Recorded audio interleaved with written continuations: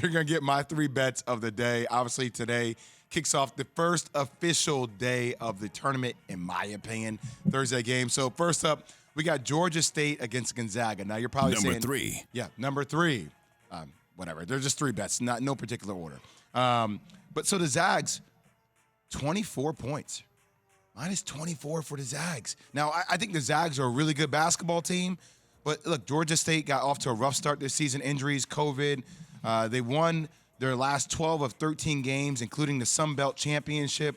I just think 24 points is a lot because this team has experienced guards for Georgia State.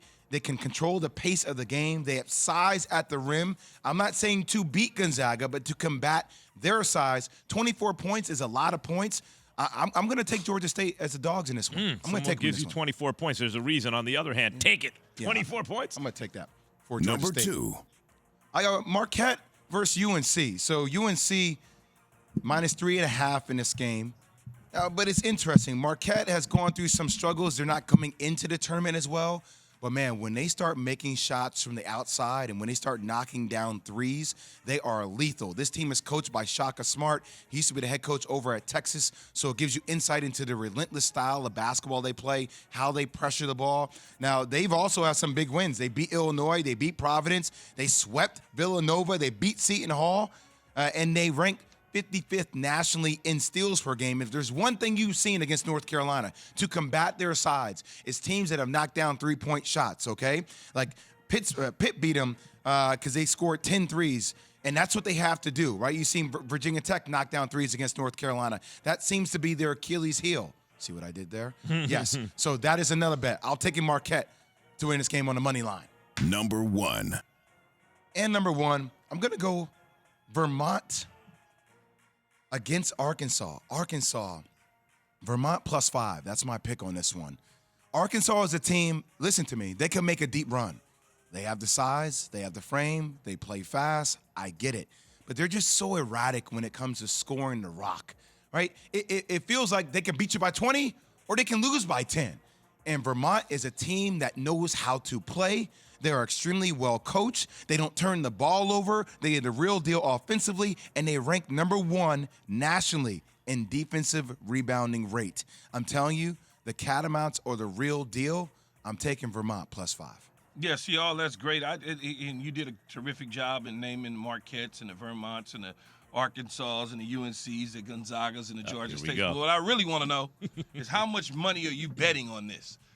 Or your money? What are you actually putting that cash on, Jay? I'm gonna go 150 per game.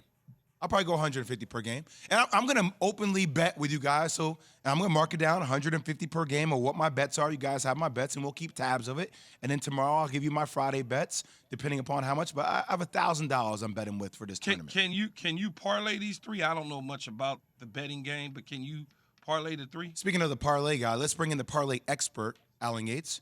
Would you parlay these 3? Would I? Yeah. See? I got $10 in Yates will money. parlay anything. That's all Yates does every day is parlay. Yates will parlay which raindrop falls down the window first with how fast the grass is going to grow. Hey, man, what type of grass you talking, Max? That sounds like a problem with me, then. We need to. Yeah, so we're need to make openly sure we admitting monitor that we have problems. That's what we're Yates, doing what's right the now. longest parlay you hit recently? One I hit or almost hit? Okay. Okay, almost hit. Almost hit was a 16-legger. I lost because Jimmy Butler had 16 points at the end of the 4th, didn't score a 17th point. A 16-leg parlay?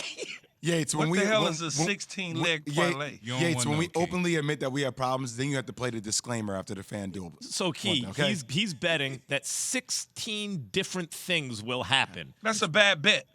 No, he hit 15 of them. Key, but if it hits, Lord. Yeah, but I'm not playing the if game. Yeah, but you're If not it hits, putting Yates— down a lot of money for parlays. You know what I mean? If it hits, Yates is coming in like Chappelle after he married Oprah on the show. You see this? I baby? never approved this. but then if he don't hit Max, he calling you.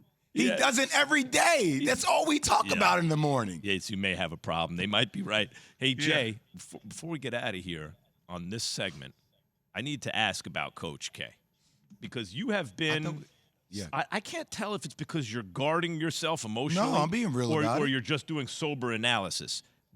How important is it for Coach K, instead of like what are the odds, how important is it for him to make a deep tournament run in his last year with all this fanfare? Think about that question you just asked me. You're a smart man.